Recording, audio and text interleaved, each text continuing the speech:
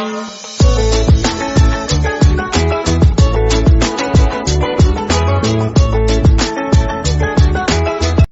The lord. ప్రభువైన యేసుక్రీస్తు వారు ఈరోజు మనకు అందిస్తున్నటువంటి వాగ్దానం యోబు 11వ అధ్యాయం 5వ వచనం. దేవుడు నీతో మాట్లాడిన మేలు.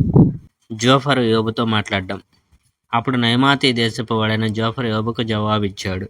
ఈ మాటల ప్రవాహానికి జవాబు ఇచ్చి తీరాల్సింది. ఈ వాగుడు అంతా కలిసి యోబు చెప్పింది సరే అనిపిస్తుందా లేదా?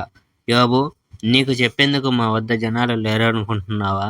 నీవు దేవుని గురించి నవ్వినప్పుడు నిన్ను ఎవరు హెచ్చరించరు అనుకుంటున్నావా? యోబు, నీవు దేవునితో నా నమ్మకాలు సరైనవి కనుక చూడు నేను పరిశుద్ధమైన వాడినే అని చెప్తున్నావు. యోబు, దేవుడే నీకు జవాబిచ్చి నువ్వు చేసేది తప్పు అని చెప్తే బాగుండని నేను ఆశిస్తున్నాను. అప్పుడు జ్ఞాన రహస్యాలు దేవుడు నీతో చెప్పగలడు. ప్రతి విషయానికి నిజంగా రెండు వైపులు ఉంటాయని ఆయన నీతో చెప్తాడు. అది నిజమైన జ్ఞానం.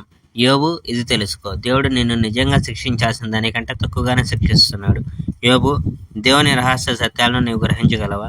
సర్వశక్తిమంతుడైన దేవుడి గొప్పదనాన్ని, శక్తిని చూపించే హద్దులను నీవు గ్రహించలేవు.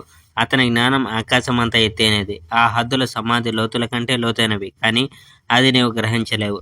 దేవుడు భూమి కంటే గొప్పవాడు, సముద్రం కంటే పెద్దవాడు.